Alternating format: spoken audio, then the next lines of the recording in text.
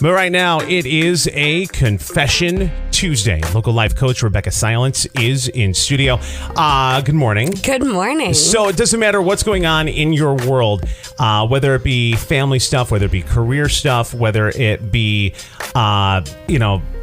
relationship stuff, even if it's workplace drama or whatever, you really, number one, you've done a bunch of corporate talks and whatnot on literally running the gamut as far as that stuff goes. Absolutely. It's basically what are you up against? And I work with individuals, couples, families in the private practice.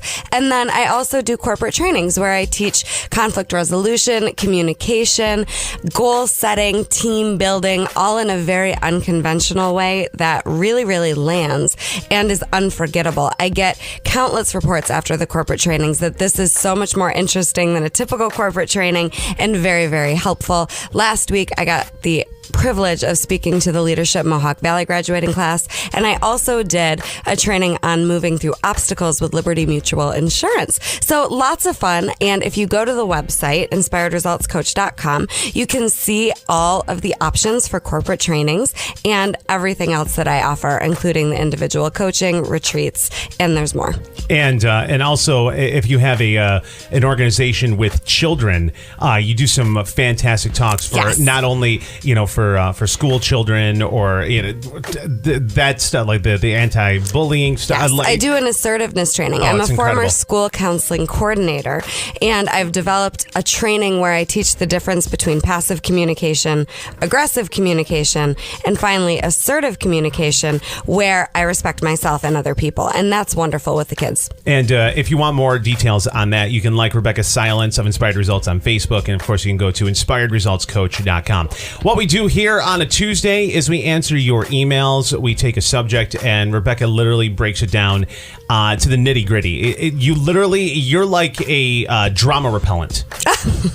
Seriously, because when people have issues, there's a lot of drama, and a lot of times when they go to tell the story, you cut through all the crap and get to the root of whatever it is. Yes, we get to solution. Right. And find a way to get you stronger because of the situation instead of more in trouble or in drama because of the situation. And if you would like to be a part of this confidentially, of course, you can go to cnykiss.com. Just click on Confession Tuesday and you're good to go. All right. So, dear Rebecca, my friend and his ex-wife have a pretty contentious relationship. Things between the two of them did not end well. They're divorced now, but they have a 7-year-old son, and his ex-wife totally uses their kid to get back at him. She'll give him these stupid haircuts where the sides are shaved and has one long hair in the middle. Keeps telling her to stop doing it, but she won't. So he literally has to go get the kid's haircut every 2 or 3 months when she does it. I can't imagine using a kid as a pawn to get back at your ex-husband or wife, but maybe it's more common than I realize. Do you know anyone who uses their kids like that? What do they do? Yeah, so of course this isn't actually about the child's haircut, and it is very common after a split to have difficulty co-parenting amicably, right? This is not anything abnormal, but it's possible for co-parents, even if they're no longer together, to still be a united front. One of the things that I offer are couples intensives where I work with couples on repairing and reinventing their relationship, and more recently, I actually have several couples who are split or divorced, and they're wanting to figure out how to be co-parents as a united front. Wow. Buying the couples intensive package from me, and we sit down for either one day or the full weekend, and we work out a plan for them to have a shared vision, the same set of tools, and to be on the same page. This is something new that's just starting to happen this year. That's got to be very interesting because, when you're in, a family setting or whatever, I mean, these are two individuals that have, decided mutually that they don't want to stay together romantically, but want to do what's best for both this child's parent Right. forever. Yeah. Right. So it's difficult, and I really respect the people that are willing to come in and work on this Sure. so that they can be better for the child. And the child, of course, is the one caught in the crossfire. And the child has no control over what the parents are doing, and of course cares about the parents and picks up on energy, even if they're not bashing each other verbally. If they're cringing or body language shows that they're unhappy with the other parent, the child picks up on all of this. Sure, absolutely. So there is a way to come together as a team. I think what gets very, very difficult is when you've split and you're co-parenting and going through all this, what ends up happening is it's very easy to take what the other person's doing personally and forget that the priority is the child. And then what the other person is doing actually isn't personal. It's just what they do, and it's probably why you're not together in the first place. Right. So it's not about being right about winning some war with the co-parent. It really does come down to what's best for the child, but that gets in the way because of personal feelings. Right. So the other thing to keep in mind is that the child is starting the grieving process or the divorce process long after the parents actually did. So that's another thing to keep in mind. I often see parents also kind of wanting their children to catch up to where they are emotionally in terms of being solid about the decision, but often the couple has been planning this for months, if not years. Yeah, the parents have had so much time to kind of deal with the whole thing, and they try to keep the child out of it 9 times out of 10. And so when the bomb drops, it's going to take a while. I mean, that's just human nature. Absolutely. And then the child kind of starts from scratch as soon as they find out. So that's just something else to keep in mind. And then I think what's most important in these situations is for the parents to have a shared vision. What are your goals? What are your beliefs around health and education and discipline and proactive parenting? A lot of times, people that are even together haven't had these conversations and have trouble getting on the same page with how they want to raise their children. Right. But it's especially important if we have 2 separate houses.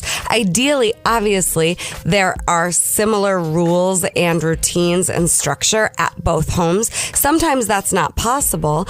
And I just think it's important to have that conversation, if at all possible, to try to figure out, okay, what are our goals ahead of time so that it isn't reactive parenting. Okay, now our child is getting in trouble in social media. What do we do? Well, instead, it's possible to have a conversation about social media before there's a problem. It's possible to talk about cell phones. It's possible to talk about the friends and sleepovers and what are the rules? What are the chores we want our children to be doing? And if you can come together knowing that it's for your child and not to prove some point, it's not you being punished having to deal with this person, it's for the child. I think it's really important to have as many proactive conversations as possible. One of the things that that I found, when I went through the divorce with the boy, with the boy's mom and everything, when I realized that, when I came to terms with the fact that we each do things our own separate way, and I can't control things when they're not with me.